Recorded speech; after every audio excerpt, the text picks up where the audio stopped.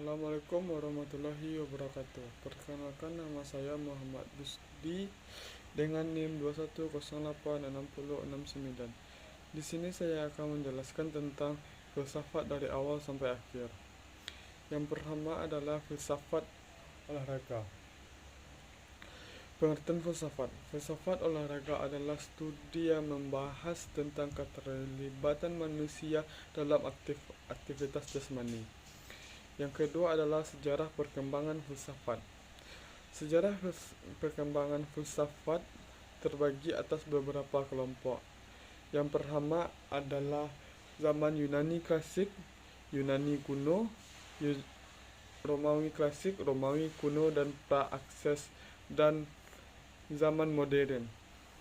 Selanjutnya adalah memahami cangkupan wilayah studi filsafat yang terdiri atas tiga.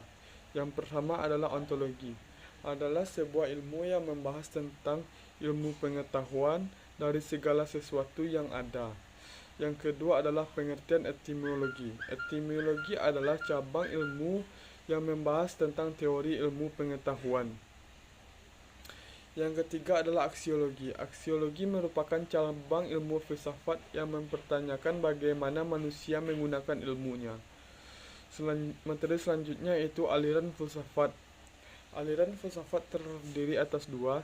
Yang pertama adalah aliran rasionalisme. Rasionalisme adalah aliran ilmu yang berpandangan bahwa otoritas rasio dalam sumber dari segala pengetahuan. Yang kedua adalah empirik. Empirik adalah aliran filsafat yang menyatakan bahwa semua pengetahuan berasal dari pengalaman manusia. Selanjutnya adalah mengetahui dan memahami manusia dalam kerja filsafat. Terdiri atas dua. Yang pertama adalah konsep jiwa dan raga. Jiwa adalah akal budi yang membuat manusia dapat berpikir dan merasakan kehidupan yang ada di sekitarnya. Sedangkan raga adalah sebagai bentuk kehidupan dari manusia. Yang kedua adalah konsep tubuh manusia. Konsep tubuh manusia merupakan struktur fisik organisme manusia. Materi selanjutnya, mengetahui dan memahami relasi pemikiran filsafat dan pendidikan. Terdiri atas dua. Yang pertama adalah filsafat pendidikan, adalah suatu pandangan dalam proses pendidikan yang memanfaatkan aktivitas fisik untuk menghasilkan perubahan individu.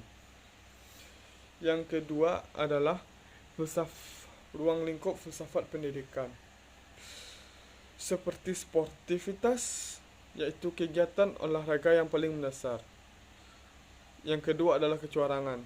Yang ketiga adalah meningkatkan kinerja. Yang keempat adalah olahraga yang mengerikan dan membahayakan. Materi selanjutnya adalah play and game. Play adalah suatu kegiatan atau aktivitas yang dilakukan secara sukarela. Sedangkan game adalah berasal dari bahasa Inggris yang memiliki arti bermain. Bermain dalam hal ini merupakan menunjukkan pada pengertian kelincahan dan intelektual. Materi selanjutnya adalah memahami hubungan antara play, game, dan support. Dalam olahraga ini ada sejak nenek moyang kita dahulu, yaitu sport. Adalah aktivitas yang menggunakan otot besar dan tubuh manusia. Sedangkan pengertian play adalah aktivitas sukarela yang dilakukan manusia. Yang kedua adalah game. Game berasal dari bahasa Inggris yaitu bermain. Bermain dalam hal ini menunjukkan dalam kelincahan intelektual.